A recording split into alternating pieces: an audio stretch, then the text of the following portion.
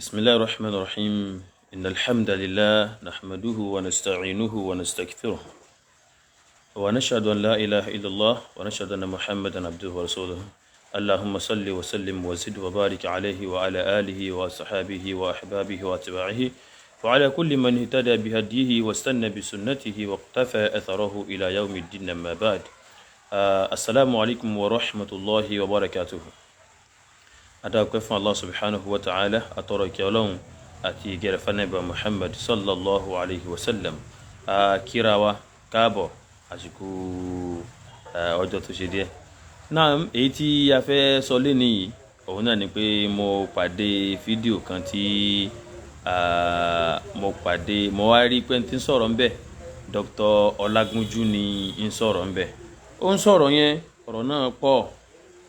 Dr. Olagunju yìí sì ní tán bá ní pé ǹjẹ́ àpàdé rí wajihan bi wajihin ẹ̀ẹ̀kan náà ni nígbà tí àpàdé ní zone 2 lọ́jọ́ Thursday tó lọ yìí náà ni àwárí wọn tí àwọn àtàwọn tí wọ́n jọ wá láti wá represent Mudirul Markaz ibi tí àwa ti pàdé wọn náà nù. Àmọ́ mo rí fídíò yẹn lórí Facebook tí wọ́n sọ ń bẹ̀ wípé ní ọ́fíìsì àwọn bàbá subhanallah wọ́n ní pé ọ́fíìsì àwọn bàbá náà làwọn onísúnnà fẹ́ bàjẹ́ kíníkan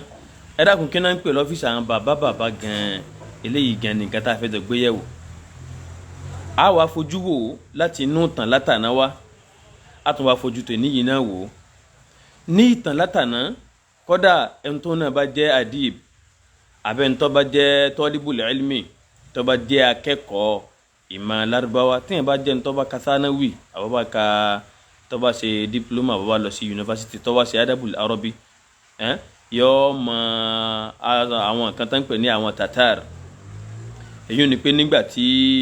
ìjọba Abbasiya tó fẹ́ ṣubú àwọn tí wọ́n ṣokùnfà sí ṣubú rẹ̀ àwọn tán kógun lọ́jà wọn tó ń pè wọ́n ní tatar àwọn mogul èyí ọmọ wọ́n ṣe nǹkan fún Islam ní nǹkan má lè gbàgbé. So látara tí wọ́n ṣe yìí láti yọ kí náà ń pè lọ́fíìsì àwọn bàbá lánàá jáde wá táwa wò wípé ní sáwọn bàbá yìí ìjọ ọ́fíìsì wọn tè níyì ìjọ jọ tàwọn tàná torí pé nǹkan tó bá wéhun nǹkan tó bá jọun náà la máa fi wéhun èpo ẹ̀pà kọ́ Yorùbá ní kó jọ pósí ẹ̀ lérí. ǹjẹ́ bẹ́ẹ̀ náà ní lóòótọ́ wípé ọ́fíìsì àwọn bàbá tá à ń dárúkọ lé níyì táwọn pé wọ́n fẹ́ bàjẹ́ yìí àwọn súnà fẹ́ bàjẹ́ ni àwọn àyè àwọn bàbá wọn kọ̀ọ̀kan kí làwọn àyè wọn kí lọ ọ́fíìsì wọn ní kí ló túmọ̀ sí. So lóde níyì tó bá dé ọ́fíìsì àwọn tán pè lọ́fíìsì àwọn bàbá wọn yìí ó di pé bàbá mi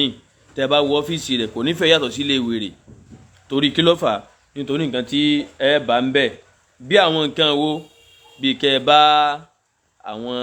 igbá àwo òpèsè àwo àṣejẹ nǹkan ti jó ẹbu tán dé mọ́nú gò èyí tán dé mọ́nú ìwé èyí tán kàn gbé lẹ̀ èyí bí ikọ́ àwọn ìdọ̀tí bẹ́ẹ̀ lẹ́sà bàjọ́ bí ilé wèrè lẹ́sẹ̀ bá èyí ń ní ení níbo mi sinú ẹ mọ̀ wọ́n ṣe pé ń bẹ́ wọn yàrá àwọn àgbàlagbà yàrá agbára ni kí náà ń pè ní yàrá agbára kí náà ń pè ní yàrá àìwọ̀ lọ́dọ̀ àwọn tẹ́ẹ̀mọ̀ pé wọ́n ní bàbá ìjọjọ mọ́tà àwọn tàná ìtafẹ́ kájọ gbé yẹ̀wò nìyẹn. tó àwọn kinní kan wá ń bẹ tó ṣe wípé ní olójú ilé àfà kódà olójú ọmọ akẹ́kọ̀ọ́ tán mọ̀ pera wọn láàfà lóde ìní láwọn tán mọ̀ ṣe jálàbí nì tẹ́ẹ̀ ní mọ́ bárù nǹkan bẹ́ẹ̀ nínú ilé wọn tẹ́ẹ̀ ní mọ́ bárù nǹkan bẹ́ẹ̀ pàdé mọ́ ń pè ní kúndí wọ́n mọ́ ń pè ní kùdí àbí nǹkan kan sá àwọn ọkọ̀ nǹkan kan nì. so mo wá gbé àwọn fọ́tò kọ̀ọ̀kan wá tírà tó wà níwájú wa yìí là ń pè ní at-Targhib wa Tarhib fún àfáà wa al-Hafizul Munziri rahimahullahu ta'ala. tí a bá wo ohun tí kìíní yìí alhamdulillah masha Allah àwọn èèyàn wọ́n mọ̀ rí báyìí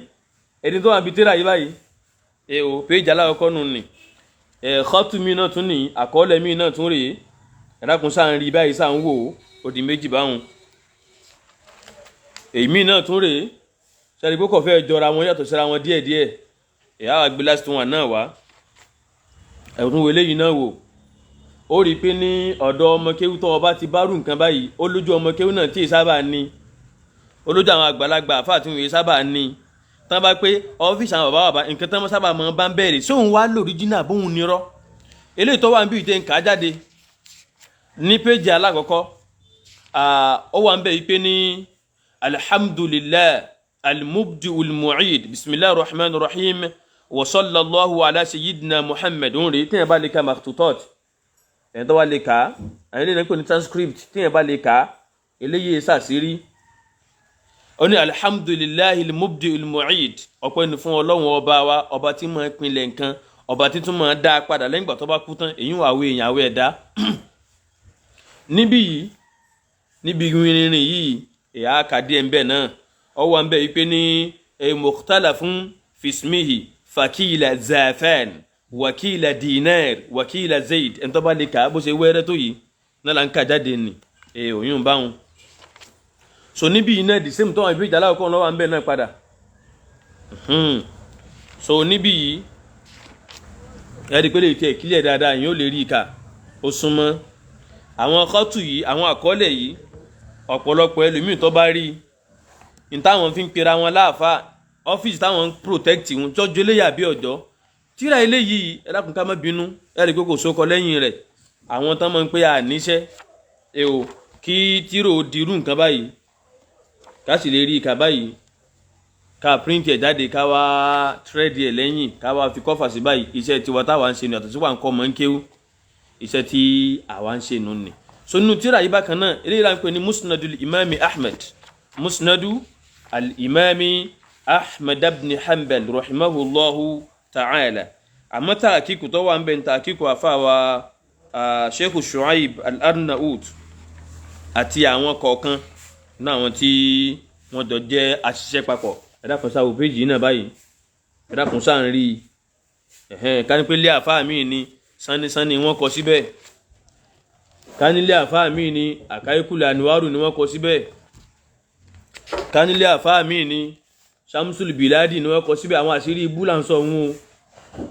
ká nílé àfáà míì ni àámú sàkákù ni wọ́n kọ síbẹ̀ ibòmíì sì ní àámú kọ́línà wúdù ni níbòmíì sì ní àámú gùbárì ni wọ́n kọ níbòmíì sì ní imam madrasa ni wọ́n kọ síbẹ̀ níbòmíì sì ní ìlàmà nábì hidiru lẹ́nu wọn lọ́hùn òun ni wọ́n kọ síbẹ̀ gbogbo àwọn táwa ń sọ yìí báyìí nísìnyí hadith ọlọ́wọ́n jọ̀dá fáwọn tọkọ kìíní wọ́n náà wọlé báyìí ó lè gbìyànjú dẹ̀ musnadu uthman ibn affan radiyallahu anhu tún wò dáadáa musnadu uthman ibn affan radiyallahu anhu so tó fi mọ̀ wípé ní tí wọ́n bá bárú bẹ́ẹ̀ pàdé lọ́dọ̀ tí wọ́n tán pé ọ́fíìsì àwọn bàbá àbáyìí kẹ́ má bàa jẹ́ àwọn súnà fẹ́ bàa jẹ́ ni irọ́ ni àṣírí oògùn idán iná lọ́pọ̀ tẹ́lẹ̀ mi ń kó sínú ilé rẹ̀ bí wọ́n ṣe bà tèèyàn jẹ́ àwọn nǹkan yìí là ń pera wa sákìyèsí wípé ìyàtọ̀ ń bẹ láàrin ìtàn ń pè ní ìmọ̀ àti táwọn ènìyàn kó jọ ìwọ dárúkọ ọmọ kéwú náà tí ò ní mọ̀ láwọn kan burúkú yìí lọ́wọ́ kí wọ́n làwọn fi ń ṣe ìjọjọ máwọn tàná ìtàn sọ ni pé ní tíra musnad tá gbé lọ́wọ́ yìí pẹ̀lú tahqiq Shu'aib an-Nawawi àtàwọn tó pẹ̀lú wọn rahimahullah àtàwọn tó pẹ̀lú wọn 50 volumes ni wọ́n ṣe sí so tíra hadisi ni musnad imam ahmed 50 ni láyé imam ahmed yẹn àkọọ́lẹ̀ ọlọ́wọ́ ni wọ́n fi ń kọ́ lásìgbà àwọn fọ́tò yìí jáde kó lè bá a mọ̀ rí irú tàfà yìí náà targhibu wa tarhibu yìí náà hadith Ànábì ló wà ń bẹ̀ 5000 plus làwọn hadith tó wà ń bẹ̀ bí volume 4 ni tó túmọ̀ sí pé ní àwọn hadith Ànábì ni wọ́n kọ́ lẹ̀ àti ọ̀rọ̀ ètì síwájú àwọn tí wọ́n kó wọn jọ àwọn ọ̀dọ̀ àwọn tara bíi àwọn ti wá ìtọ́ wà ń bẹ̀ kọ́hún ìtọ́ wà ń bẹ̀ kọ́hún ìsáwákà àkàfó ìtàn máa fi pè náà pé èèyàn mi nùkúdì ọlọ́mi nùkúdì ìwọ ọmọ túmọ̀ rẹ̀ ó mi nùkúdì kí ní pé nùkúdì owó pé èèyàn gbówó mi kí ní pé èèyàn gbówó mi àṣírí ibú oògùn tí ọ̀dà tí ọ̀pọ̀lọpọ̀ máa lọ reflect aburú nú ayé yẹn lọ́jọ́ iwájú àwọn táwọn máa kó jọ nù ni ìpè ọwá bú wa ọ̀sẹ̀ wa á fi kùránì dọ́gbé sí ọlá dákun sí kùránì wa jẹ́ bí ìdání gbogbo àwọn nǹkan wọ̀nyí làwọn kó jọ ní ń pariwo pé ọ́fíìsì àwọn bàbá ẹ má bàjẹ́ àwọn onísùnà fẹ́ bàjẹ́ ni ntí ara àbí yìí ń sọnù so àti rí ọ́fíìsì pé nǹkan tó gbọdọ̀ wà lọ́fíìsì àwọn àfa òun náà ní tírẹ́ẹ̀sìn ó rí i pé tó bá délé àfa mi pàtàkì tó pè ń tíra lẹ́yìn kó ní alukur'an tí gbogbo ọ̀rẹ́ tọ́pọ̀lọpọ̀ tí wọ́n ní ìsàfà tí wọ́n náà nílé wọn ìtókù tó nílé bóyá lára yàtà sí máa wí lẹ́yìn rẹ̀ báyìí tí wọ́n bá ti di pé ní wọ́n bá ti ní bẹ́ẹ̀ àbí àpótí méjì àpótí mẹ́ta ó ti mọ̀ pé àwọn oògùn bú àwọn àṣírí tí ò da yìí lọ́wọ́ à ń bẹ́ wàláhì kìí ṣe tíra lọ́pọ̀lọpọ̀ rẹ̀ wàláhì kìí ṣe tíra lọ́pọ̀lọpọ̀ rẹ̀ àwọn oògùn tẹ̀kítúbù wọ́tà àlọ́kọ̀ ọ̀hàn ọ̀wà mọ́ ó fi kọ́lé ọ̀hàn ó mú náà ní mọ́ bẹ́ẹ̀ bí gbogbo ẹ̀ àtàwọn nǹkan tán máa fi ń kún lóríṣiríṣi láwọn nǹkan jákujàku tí ò bá Kùránì lọ tọ́lọ́hun ò tó dẹ̀ fi rán Ànábì Muhammad sallallahu alayhi wa sallam àwọn tó pọ̀ ń bẹ́nu ni eléyìí tá à ń sọ yà fẹ́ fi gbára wa kó nù oko ìmúnisìn sọ ní dárágbá kó nù ayé ni. wọ́n fẹ́ bọ ọ́fíìsì àwọn bàbá nìjẹ́ ọ́fíìsì wo lọ́fíìsì wọn dá wa padà sínú ìtàn kí náà pè lọ́fíìsì gan pẹ̀lú kí Dr. Olagunju tóun náà bá láǹfààní àti rí kínní yìí kóun náà wá fèsì yìí pé ní ìta afẹ́ kànú ìtàn yìí kò rí bẹ́ẹ̀. so àwọn tàtàrù yìí nígbà tí wọ́n gbé ogun wọ Baghdad ibẹ̀ ní Qasrul Khuldi wà kí náà pè ní Qasrul Khuldi ọdọọdún mi láǹfààní fóònù náà la fi ń ṣe láìfù yìí orí ẹ̀ ní fọ́tò Qasrul Khuldi wà èyí ni pé ní pẹ̀tẹ́ẹ̀sì ààfin tí máa bẹ láéláé ó ní nǹkan tó bàtán fi sọ ibẹ̀ kọ́ là ń lọ. so ààfin òun gangan ni àwọn Àbásíyà ń lò nígbà tí àwọn tàtàrù yìí wọ Baghdad. ìtàn gbé lọ́dọ̀ àwọn onítàn tí wọ́n jẹ́ àwọn oní hadithi tán jẹ́ àwọn oní ìtàn nínú ẹ̀sìn bẹ́ẹ̀ náà bákan náà àwọn tí wọ́n jẹ́ oní ádàbù náà oní lítírésọ̀ lárúbáwá àwọn náà gbé ẹni tí wọ́n bá máa ń ka ìtàn wọn dáadáa máa ń ka lítírésọ̀ lárúbáwá wọn ni al-Asrul Abbasi kí ló fa sí ṣubú rẹ̀. so Ghoratu Tatar àwọn ará bí yìí wọ́n wọ àwọn àyè káàkiri láwọn àyè tó jẹ́ ìpìlẹ̀ ìsìláàmù lánàá bíi wọ́n bẹ̀rẹ̀ wọ́n wọ àwọn dáúlà oríṣiríṣi lẹ́yìn ìgbà tí wọ́n wọ Baghdad tí wọ́n bọ́ síbẹ̀ wọ́n ṣe aburú fọ́pọ̀lọpọ̀ turoth àmọ́dámọ́ wílẹ̀ kọ̀ọ̀kan nínú àwọn dáúlà tó síwájú àwọn náà ní dáúlà Sameniyun àwọn eléyìí dìde látara dáúlà Abbasiya ni wọ́n ti dìde wọ́n ń sara wọn nípìnlẹ̀ tó wọ́n sí lárúbáwá. so gbogbo àwọn tíra Al-Maktabatul Ilmiyya Dakhama àwọn láìbírì mọ̀ ibi tán kó àwọn maktutu tá a sọ yìí àwọn transcript yìí tán kó wọn sí náà ń pè ní kí ni wọ́n ń pè ní maktaba library ló ti wà tipẹ́tipẹ́ ibi tí wọ́n kó wọn sí tọ́wá jẹ́ ti Bukhara ìlú mọ́ Bukhari lé níyì lọ́fà tẹ̀sẹ̀ bá tíra ń bẹ̀ mọ́ àwọn tàtàrù yìí wọ́bẹ̀ torí pé àwọn dáúlà Sameniyun tá a wí yìí wọ́n dá dáúlà wọn lẹ̀ àmọ́ wọ́n rí pé ìsìláàmù ẹ̀sìn ìmọ̀ ni àwọn náà láti máa kó ìmọ̀jọ káàkiri ibi tán gbé library wọn sí ìlú mọ́ Bukhari ni so tẹ́nìkan bá nígbà ní pé mọ́ Bukhari ọ̀gbọ́n lárúbáwá kọ̀ mọ́ kéwú á béèrè pé ní dáúlà ìsìláàmù wo ló pinlẹ̀ nílùú tiwọn láyé ìgbà táwọn eléyìí ń bẹ láìbírì wo ló wà nílùú tiwọn láyé ìgbà táwọn láìbírì yìí ń bẹ ọgbọ́n tán pé Al-Maktabatul Ilmiyya Dakhama tó tóbi tó kún tó wà ní Bukhara wọ́n ṣe kí ni wọ́n wọ̀ bẹ̀ gbogbo àwọn tíra tó wà ń bẹ̀ wọ́n bàjẹ́ èyí tí wọ́n sun èyí tí wọ́n dà sódò èyí ń bẹ̀ wọ́n tún wá bọ́ sọ́dọ̀ àwọn dáúlà Al-Buwayhiyya à ń sọ pé kí ni ń bẹ lọ́fíìsì àwọn bàbá àtàná táwa gba tiwọn táwọn pé àwọn bàbá ẹ̀sìn táwọn ìpín bàbá ẹ̀sìn nù ni táwọn bàbá burúkú bàbá olólùgbòhùn bàbá òǹgbẹ́kúdé bàbá alásàsí bàbá tí máa ń dẹ oyin síyàn bàbá tí máa ń bàtọ́ ọmọ ọlọ́mọ jẹ́ bàbá mọ́dàílà bàbá ọyá ìwọ náà kú bàbá kò só lórí rénú yín mọ́ náà nù ni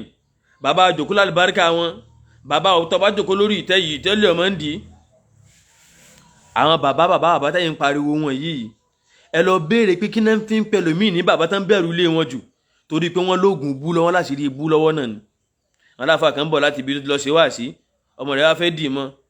àfáàsì ní àfikọ́ bá aṣọ tí máa wọ̀ lọ sóde wáàsí lẹ̀ kó tó kọ́ ọmọ ó dì mọ́ ọmọ òsì mọ́ ọmọ dì mọ́ ọmọ kan kú ni ẹ dákun ṣe dáwà tànẹ́bì náà rèé wọ́n á máa pàtàkì wọn pé àwọn àbáwọn gbóná púpọ̀ àwọn àbáwọn burú ṣé eléyìí lànẹ́bì gbé wá láìbírì bú táwọn nínú o aláwọ̀ tẹ́lẹ̀ ogun wọ́n tó padà fi ń kí ọlọ́run alágbádá aná àbí ńgbà tọ́mọ dì mọ́yàn tọ́mọ kú irú àwọn àgbákò wọ̀nyí ni àwọn eléyìí fẹ́ mọ protect nígbà náà pé ọ́fíìsì àwọn àbá yìí wọ́n fẹ́ bàjẹ́ ni dákun ọ́fíìsì dáadáa lélẹ́yìí àbọ̀ ọ́fíìsì ibú dáàmà mú díẹ̀díẹ̀ so àwọn Buwayhiyya yìí gbogbo tí wọ́n kó sínú àwọn library tán kó sáwọn ibìkan bí àyè bí al-masajid mọ́sálásí wọ́n máa kó tíra síbẹ̀ tíra kíkà fáwọn akẹ́kọ̀ọ́ mímọ̀ ni ò torí pé ìpìlẹ̀ madrasa lánàá ilé ẹ̀kọ́ mùsùlùmí lánàá mọ́sálásí ló ti bẹ̀rẹ̀ kó torí pé padà wọ́n yọ kíláàsì lọ́tọ̀ mọ́sálásí ló ti bẹ̀rẹ̀ so mọ́sálásí yìí wal maktabat àtàwọn láìbírì oríṣiríṣi fi Arjan wa Shiraz wa Jurjan láwọn olùtàkà yìí Arjan Shiraz àti Jurjan láwọn olùtàkà yìí àwọn láìbírì tó wà ń bẹ̀ mọ́sálásí wọn àwọn tíra tó wà ń bẹ̀ so gbọ́ báyìí nísìnyí ó rí i pé ọ́fíìsì yàtọ̀ táwọn ọ́fíìsì bú táwọn eléyìí fẹ́ mọ protect yìí ọ́fíìsì kọ́ ọmọ ọlọ́mọ ọmọ gbélú èbó kẹ́ ẹ mọ́ rẹ́ jẹ́ kẹ́ ẹ mọ́ bá tiwọn jẹ́ díẹ̀díẹ̀ ẹ mọ̀ nígbà náà ẹ̀ ń ṣètò kan lè bá gbélú ẹ̀ ń ṣètò kan lè bá rọrùn fún wọn ẹ̀ dẹ̀ ń jẹ wọn ẹ̀ ń gbẹ́ wọn lẹ́sẹ̀ gbogbo wàhálà tí wọ́n ṣe tí ò rọrùn lọ́hùn ẹ̀ fi ń gbọ́ ọ̀nà àbòsí ọ̀nà bú ẹ̀ fi ń jẹ ẹ̀ wọn abẹ́ ń lù yín ẹ̀ ń gbádùn ṣé gbádùn lélẹ́ yà bá burú ọ́fíìsì ni wọ́n ń sọ ẹ̀ dọ́dọ̀ àfáà mi òrùn ọba àpálẹ̀ ayé rẹ̀ sí ọlá ìwọlọmọ tó gbé ọ tó fi wá kí wọn náà ń gbé lọbẹ̀ kí ni wọ́n fẹ́ mọ fi ṣèwòsàn rẹ̀ fún ọ àwọn wa tó jọ next wọ́n mọ̀ wá fi èpẹ̀ ṣeré subhanallah Dr. Lukman ṣe kó ní ọlọ́jà rí wọn pẹ́ bàbá wọn ní pé ní dákun ṣé wọ́n tó bu yèpẹ̀ ọwọ́ kan àti bricklayer ọmọ sharp sand ọmọ plaster sand ọmọ oríṣiríṣi yèpẹ̀ lóríṣiríṣi ta ló mọ yèpẹ̀ jù náà méjèèjì ta ló mọ nǹkan tí yèpẹ̀ sọ náà méjèèjì ẹni tí ó dictate pé ntọ́ yèpẹ̀ báyìí ní ọkọ̀ lè rẹ parí àtẹni tó bu yèpẹ̀ ọwọ́ kan ta ló wá mọ nǹkan tí yèpẹ̀ sọ náà méjèèjì a máa fi yèpẹ̀ ṣeré èyí tí ń wo omi ká máa mọ tàwọn èèyàn àwọn tàná kò sẹ́nìkan tí máa ṣerú nǹkan báyìí nù wọn akọ́mọkéwú ni wọ́n máa jẹ́ àwọn láìbírì wọn ti ń bẹ́ ń bẹ̀rẹ̀ ọ́fíìsì tí wọ́n ti ń bẹ́ ń bẹ̀rẹ̀ kí lẹ́yìn fi nǹkan jíjó ṣe lọ́fíìsì tiyín kí lábùrọ̀ ọmọ gbé nǹkan lílá fún yàn àbùsárí bí àwílẹ̀ Ọ̀rúnmìlà ẹ̀sọ́ ní tẹ́ ẹ bá jogún ká mọ̀ ká nìṣó ó ní ìwà kọ́dọ̀ ò alátùrọ́sì dáwùlátù àrọ̀bàríyà fi Tabaristan nílùú Tabaristan náà àwọn tùrọ́s àwọn àkọọ́lẹ̀ ìmọ̀ tó wà ń bẹ̀ wọ́n bọ́ síbẹ̀ náà so olùbẹ̀rẹ̀ náà wọ́n bọ́ sí àwọn Hamdaniya dáwùlà tí wọ́n tó wà ní Halab àtàwọn tíra ńláńláńláńlá táwọn sàlájíkọ̀ náà fílẹ̀ so àwọn èyí tó wá lágbára jù ní pé ní àwọn Tatar tawi ma nazala Baghdad hadirata dawlat al-Abbasiyya nígbàtí wọ́n wọ Baghdad èyí tó lágbára jù nù tí wọ́n ṣe òun náà ní wípé ní allati kanat mal'a bil masajid Baghdad ńgbà yẹn ó kún fún mọ́sálásí wal maktabat ó kún fáwọn library wal madaris ó kún fáwọn ilé ẹ̀kọ́ sọgbọ́n tí wọ́n sọ báyìí nísìnyí kò wá tí ìtàn síbẹ̀ ó sì kù láyé àwọn tá a kálẹ̀ yìí ó kù Dawrul Warraqin ọ̀dọ̀ àwọn tán máa ń tàwé àwọn tán ń tàwé láwọn ayé ìsìláàmù yìí àfáà lọ̀pọ̀lọpọ̀ wọn náà máa jẹ́ onímọ̀ lọ̀pọ̀lọpọ̀ wọn náà máa jẹ́ lápèjúwe bí àfáà ta pè ní al-Imam Abu Ja'far at-Tahawi ara Misr bí ara Egypt ń bí ni Warraq ìwé ní máa tà àmọ́ tòun ti ìtàwé òun náà àgbàlagbà àfáà ni tó bẹ́ẹ̀ náà manazilul ulama ilé àwọn onímímọ̀ àwọn àfẹ́sìn ilé wọn wal udaba ilé àwọn tó jẹ́ oní adab wal wujaha àwọn tó jẹ́ èèyàn pàtàkì ní tí ń bẹ nílé tí wọ́n tíra ọ̀rọ̀ ẹ̀sìn ni kullu dhalika kana hafilan bil makhtutatil qayyima gbogbo àwọn eléyìí tá a kà wọ́n lẹ̀ yìí ó kún fún àwọn transcript tí wọ́n gbowó lórí tó ń jójúlówó fil adab mọ́gbọ́ nípa literature wa tarikh nípa history wa tafsir nípa kàtó al-Qur'an wal hadith nípa hadith Ànábì wal fiqh nípa àgbọ́yé ẹ̀sìn wa tibbi nípa ìmọ̀ ìwòsàn wal falak nípa ìmọ̀ astronomy wa saydala nípa ìmọ̀ medicine wa nabat ìmọ̀ nípa irúgbìn wal hayawan àtàwọn tó ń pè ní àwọn ní biology ìmọ̀ nípa biology ìmọ̀ ẹranko gbogbo àwọn wa kullul ulum àtàwọn oríṣiríṣi ìmọ̀ tó yẹ pé ní àlọ́kó wọ́n wá translate ẹ̀ látòdì àwọn tó síwájú kó tó di pé Islam gbé ọ̀làjú ti ẹ̀ dé irú àwọn kan wọ̀nyí ká lọ mọ́ translate àwọn ìmọ̀ tó síwájú yìí ó bẹ̀rẹ̀ lọ́wọ́ gbẹ̀yìn ayé dáwùlà Umayyah ẹni tó wá lákòólé kan fún àwọn Abbasiyya lákọ̀ọ́kọ́ òun náà ni Muhammad al-Mahdi nígbà tí ó sí mọ́ tó wá da yí ọmọ ìta pé ní Harun al-Rashid àkòólé kan wá pọ̀ gan àwọn ìran báyìí wọ́n ní ìmọ̀ báyìí lọ́dọ̀ ẹ lọ kó wá ẹ̀dá padà sí ìdílé kọ́ mọ́ ṣe wá láǹfààní gbogbo àwọn ìmọ̀ yìí rẹpẹtẹ yìí níbo ní máa wà ní tá a fẹ́ ká dìmú nìyẹn o níbo ní máa wà wọ́n ní máa wà ní al-masajid àwọn mọ́sálásí káàkiri lé ní yìí mọ́sálásí ibòmíì ẹ̀tún wá bá pé òkúta abú tán máa fi ń ka àwọn nǹkan tán máa ń sàwọn ibẹ̀lẹ́ mọ́ bá mọ́sálásí ẹlòmínú ni òkúta tí wọ́n sàjọ bí abẹ́ òkúta 41 òkúta 313 òkúta 99 òkúta ayé kìíní kan jẹ́ rẹpẹtẹ bẹ́ẹ̀ òun ni wọ́n tún sí mọ́sálásí wọ́n máa fi sàn tó máa fi ń bàtà àwọn èèyàn jẹ́ wọ́n làwọn fi ń sin lọ́hùn bẹ́ẹ̀ sì ni mọ́sálásí lánàá níbo la pé hafilan bilkutubil ilmiya ìmọ̀ kún fọ́dífọ́dí báyìí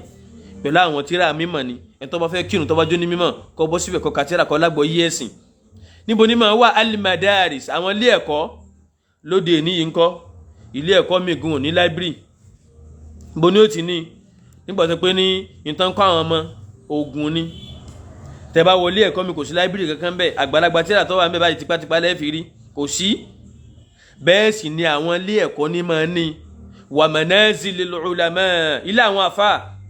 so ohun tá a pè lọ́fíìsì wọn nù ní tó lọ́fíìsì àfà ojú kó jẹ́ ilé ẹ̀kọ́ àbí kó jẹ́ mọ́sálásí àbí ilé tiẹ̀ náà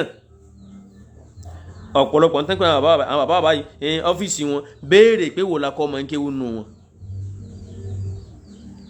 tipátipá lẹ́ẹ̀fì rí kí wá ní wọ́n wá ń kọ́ ọmọ gan pẹ̀lú gbogbo àwọn nǹkan wọ̀nyí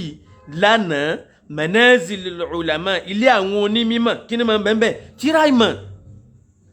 lọ́fà tó ṣe pé ní jackmod àti yẹsẹ̀ àdúnáka ń dùn wọ́n jọ òní wọ́n nígbà náà pé kútúbí ọkàn ní library iṣẹ́ àlásán ni library kọ́ wo application ni àwọn náà ní subhanallah nígbà tó ṣe pé owó ti yẹn yìí fi ra tíra nígbà tó pé ẹ̀ nídìí tíra ti yín kò ságbóyè kan tẹ̀fẹ́ kà fáwọn èèyàn ẹ ti fi mọ lórí kẹkàn mọ́ sí jálà ìbí ń ṣe prógámù ọjọ́ kan ẹ̀ràn yẹn lọ́ba wọn dù subhanallah àgbá kan ẹwù èèyàn tí a nílé àná ń dùn ní abẹ́nà súná lọ́ba wọn dù ẹ̀ràn yẹn sọ pé lọ́ba wọn dù ẹ̀ràn yẹn ẹ̀wọ̀n tó tún fi kọ́ àwọn tó tún bẹ lábẹ́ wọn náà lọ́mọ dùn ní òde àdúrà káàkiri níta fẹ́ sàfún yín ó gbà kẹ́ ẹ pẹ́ rán ìyún làwọn bá kiri ètò ẹ̀bá délé ẹlòmíì kò sí nǹkan tẹ́ bá ń bẹ irú àwọn fọ́tò tá a fi hàn wálẹ̀ kan àmọ́ àṣírí ni máa jẹ́ ìdán ògùn bú ni máa jẹ́ kí èsì tíra tẹ́ mọ̀ wúlò fẹ́ sìn lọ́fà tó ṣe wípé ọ̀pọ̀lọpọ̀ ń tà ń sọ yóò fi máa jọ tuntun lójú ọ̀pọ̀lọpọ̀ wọn náà fẹ́ máa takò àmọ́ wá dùn mí Dr. Olagunju bàbá àwọn àfáà ni wọn gẹ́gẹ́ bí nǹkan táwa rò àti nǹkan tá a gbọ́ àwọn nọ́ọ̀sì ní ọ̀dà pé ìkìrìjì mẹ́ríkàsì làwọn náà ọ̀dà bẹ́ẹ̀ kò dá mi lójú bẹ́ẹ̀ kéèyàn wá nímọ̀ kó fi gba dókítọ̀ ó yẹ kó ṣe pé àìsàn mọ̀ kò yẹ kó tó wà lára rú àwọn bẹ́ẹ̀ mọ́ àwọn ẹ̀kan mọ̀ tọ́jú mímọ̀ àwọn báyìí ní sẹ́gbọ́n tán wí ọ́fíìsì àwọn bàbá subhana kí lọ ọ́fíìsì wọn ṣé ilé ògùn ilé olúgbòhùn ilé àṣẹ ilé èpè ilé àkábá subhanallah sáwọn ilé ìwà ní ọ́fíìsì àwọn àfáàtẹ́fẹ́ mọ̀ protect ẹjẹ́ á mọ̀ bẹ́ẹ̀ wọlé ẹlòmí báyìí àti ilé wọn àti ibi tó ti máa ń bọ̀ ògùn kò fẹ́ sí yàtọ̀ ń bẹ́ẹ̀ ilé ẹlòmí ìdí ọ̀gẹ̀dẹ̀ ń yájú ni ìwọ́n sì mọ̀ pé àwọn ọlọ́run Yorùbá ọlọ́run onídọ̀tí ni wọ́n ó yẹ kó o ti mọ̀ ọlọ́run Yorùbá ọlọ́run onídọ̀tí ni bí Ògún bí àwọn ilé onídọ̀tí hùn iná lẹ́ẹ̀mọ̀ bá lọ́pọ̀lọpọ̀ láwọn tá a wí subhanallah walhamdulillah ẹ̀ tó ń mọ̀ protect ẹ̀ à ń pè yín sí di ẹ̀sìn tó nọ́mà táwọn ẹni tàná ṣe à ń pa àwọn èèyàn sí díẹ̀ à ń jèkúrú ìbàjẹ́ kọ́ tán láwo ẹlẹ́ẹ̀fẹ́ gbà ká máa protect àwọn súnà fẹ́ bàjẹ́ kí náà ń protect gan ẹja gbọ́ so oko jálàbí iṣẹ́ jálàbí ọjẹ́ṣẹ́ àfáàní nínú al-Qur'an ọlọ́ni wa yu'allimuhumul kitaba wal hikmata iṣẹ́ àfáàní pé kí ni o agbá nàbí dìde kọ́ máa ṣe kí ni kọ́ máa wá kọ́ wọn tíra kọ́ máa ka hadisi fún wọn kó sì máa fọ̀rọ̀ Ọlọ́run bọ́ wọn mọ́ ọ̀yà ọ̀tàn iṣẹ́ àfáànù ni o walladhi ba'atha fil ummiyina rasulan minhum yatlu alayhim ayatillah Ọlọ́run lóhùn ló ń gbà nàbí dìde láàrin àwọn tí ọmọ ọkọ̀ tí ọmọ ọkà kí ló kọ́ máa wá sí fún wọn kì í sì bá máa kí lẹ́fẹ́ ṣe àwọn alájí ò sí nílé níbo ni wọ́n wà àwọn náà kún un la wọ́n lọ bá alágbájá kan ṣe àdúrà ni àwọn àkọ́ àwọn ọmọ ilé kéwú lọ wọ́n á há yàsín lé wọn lọ́wọ́ ọmọ mi ọmọ ju yàsín lọ láyé ẹ̀ tó fi kún un lé kéwú yàsín náà kọ́ yàsín dáadáa kò sí tẹ̀jú ìdí tó pé yàsín ẹ̀ tí wọ́n sọ àwọn ọmọdé oyin tán bẹ́ẹ̀ mọ́mọ́ mi lọ lé kéwú báyìí tó bá ti pọ́ ọmọ olóòṣà ọmọ ẹlẹ́bọ ni wọ́n kàn bá pọ́líṣì ẹbọ rẹ̀ wọ́n ní gbẹbọ lọ́wọ́ rẹ̀ wọ́n náà mọ̀ wá pèjúwe nísìnyí níbi tọmọ ọlọ́mọ ti ń bọ̀ wá bọ́yọ̀ mọ̀ ń lé wọn fà ní ọmọ yẹ fáwò àwa fi sọ́dọ̀ àfà ní kọ́ mọ́ wo fámà àmọ́ kọ́ mọ́ wo yẹ̀pẹ̀ kí ni yàtọ̀ láàrin méjèèjì ṣe wíwò náà kọ́ ni àbáfà ní kọ́ mọ́ wo omi kọ́ mọ́ wo tẹ̀sùbá wíwò náà kọ́ hùn ìpè àpàrọ̀ ọ̀dà amọ́sùn nǹkan mọ́dì àmọ́sórí kínní àyà ìtọ́ bá wá hàn ọ wá hàn sára pépà ọ wá wú elóò dúdú àti funfun ọ wà pa aláwọ̀ ọmọ fèyún sọ́run kí ni yàtọ̀ láàrin rẹ̀ pàró náà kan pàró ń jẹ́ ni pàró ni pàró ń jẹ́ kí ẹ mọ́ tàn wá mọ́ àbí pé ìwọ̀n èso lẹ̀kẹ̀ tẹ̀sùbà ni ọmọ so kí ni yàtọ̀ láàrin méjèèjì tẹ̀sùbà òun kìkẹ́ sí lẹ̀kẹ̀ ẹ̀sùn kó tẹ̀sùbà òun gìjọ ẹ̀jẹ̀ kí gẹ̀ ọ́n wọn ládùúgbò gìtọ́ ẹ̀ká mọ̀ fi ṣe fọ́níṣọ̀ tọ́lọ̀ ní kọ́ mọ̀ dáa kí lé ọmọ dáa ká mọ̀ gbádùn ara wa ẹ̀tún kọfà sí tẹ̀sùbà igi ọwà wọn ọ̀daràn ọmọ ọlọ́mọ ńlé wọn àwọn àṣejẹ ẹbú ni wọ́n jẹ àṣejẹ oníkìíní kan báyìí nísìnyí ó ti padà wá dàpọ̀ pátápátá ṣe báwọn kan tún mánéjì nínú yín wọ́n nígbà náà pé àṣejẹ ọmọ fàyà Kùránì wọn fi ṣàṣejẹ subhanallah ayal Qur'an àṣejẹ tá nàbí ọmọ tá nàbí ọgbọ́rí ẹ̀yin lẹ wá mọ̀ qul antum a'lamu amillah sẹ́yìn lẹ mọ̀ ní àbọ́lọ́hun qul antum a'lamu amillah sẹ́yìn lẹ mọ̀ ní àbọ́lọ́hun ọlọ́run tó sọ tírà rẹ̀ kalẹ̀ tí ó fẹ́ràn kan pẹ̀lú ẹ̀kú tẹ́bá tó wá hàn díyàn àbí kẹ́ mélèé kẹ́ fẹ́ràn báyìí kún kẹ́ mọ́ jẹ́ ilé ilẹ̀ wa ń pè lọ́fíìsì àwọn àfáà tẹ́lẹ̀ mọ́ protect aburú nu o kéèyàn sẹ́yàn kọ́mọ ní ẹ mọ́ wọ́rì àfi tàbátì àdábà tiẹ̀ jẹ́ àlọ́mọ kan jọ kan náà pé ẹ̀ láàfáà yín sí lecture onígbà náà pé tàbátì àdáhùn yẹn fi kírun ọmọ fi ń ba tèèyàn jẹ́ ni ẹ̀wọ̀n tán sáyé àwọn ọmọdà ọmọ tọ́lọ̀ kéwú náà nu ọmọ tọ́lọ̀ kéwú nu wọ́n fi tàbátì àdábà yé yẹn jẹ́ gbọ́rọ̀ subhanallah suratu Masad nínú suratul Qur'an nínú suratul Qur'an tọ́ka tẹ́ kírun ẹgbọ́ fatiwa tí ọ̀dá nígbà tó ti pé ibi tí wọ́n ti kọ́ mi tán máa ń lò fún un ni alámútàlá kí bàtà ló fi pàtàn fún ànábì wọ́n tó kọ́ fàtà sí ká máa fi ba tèèyàn jẹ́ gbogbo àwọn nǹkan wọ̀nyí jákujàku ni lánìkẹ́ ẹ palẹ̀ mẹ́ ẹ kó ń di ẹbọ pátápátá udkhulu fi sílmi káfà ẹ wọnú ìsìlámù pátápátá tapá ti tán wọn náà wà kójúwe bí wọn bá sá wọnú odò àbáfẹ́ wọnú swimming pool kí ní ó ṣe kò sí tí ń jẹ́ pé ńgbà náà ọ wà nú odò orí rẹ̀ wà ń ta kò sí tí ń jẹ́ pé ńgbà náà ọ wà nú odò apá rẹ̀ wà ń ta àmọ́ nú ẹ̀sìn wọn yìí kọ́ àfáà náà lẹ́rìí ẹ̀tún ti rálá wo nú wọn àfáà náà lẹ́rìí ẹlẹ́bọn bẹ́ẹ̀ nú wọn ìkànnú àwọn àfáà ọmọ sọ́lẹ̀ nígbà náà pé gbogbo táwọn gbé lóríta náà kọ́ lẹ́bọ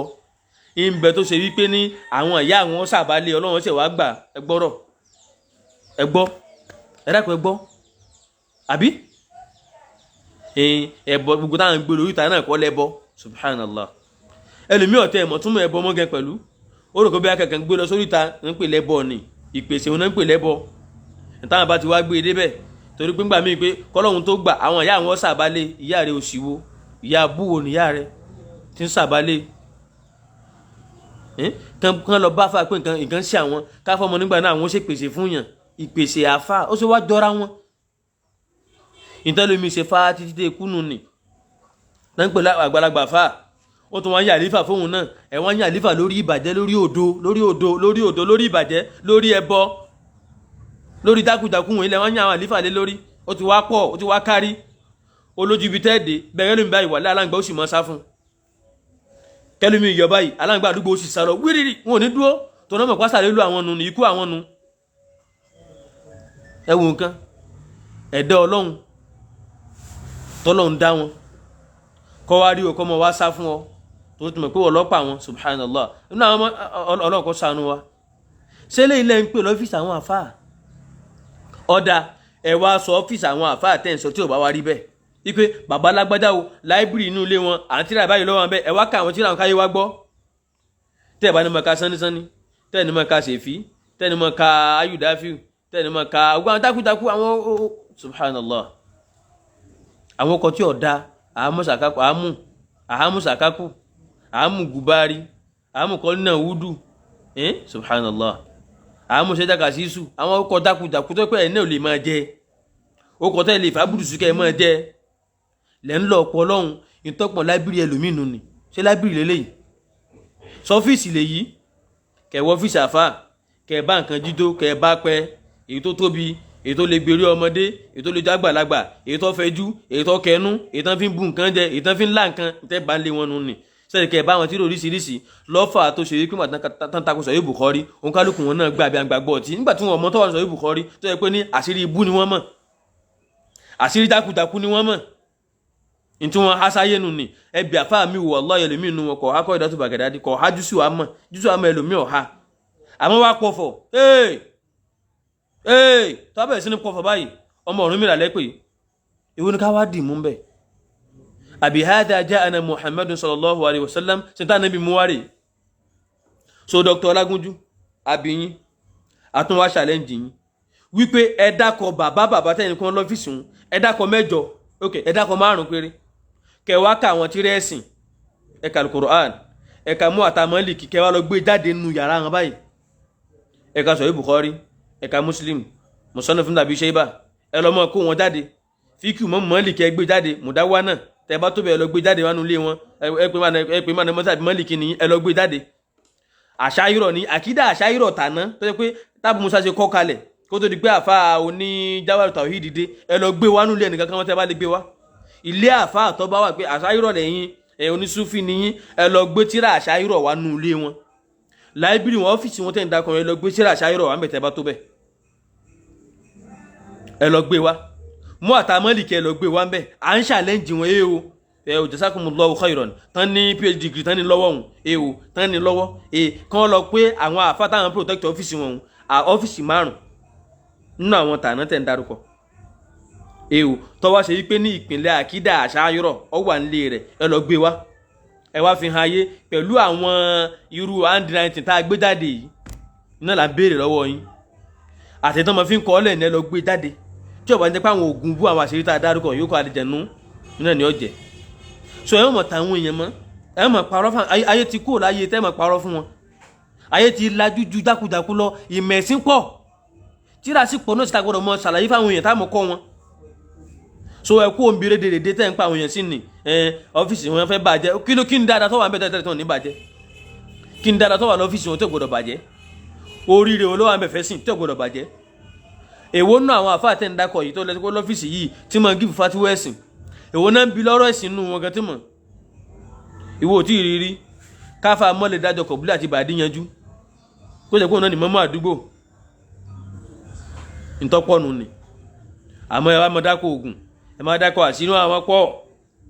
wọ́n wá pọ̀ lórí tí wọ́n máa fi tákà subhanallah dákúdákú yìí so ẹ ṣeun jazakumullahu khairan tọ́wọ́ àti pọ́fíìsì tó ṣe gbé jáde ní akramakumullah ṣọ́ọ̀dù wà láti Ṣakí al-Mujahidun wọ́n ní pé ní ká láwọn ọ́fíìsì ìbájọ́ ọ́fíìsì tó yanjú tó bá dáa lóòótọ́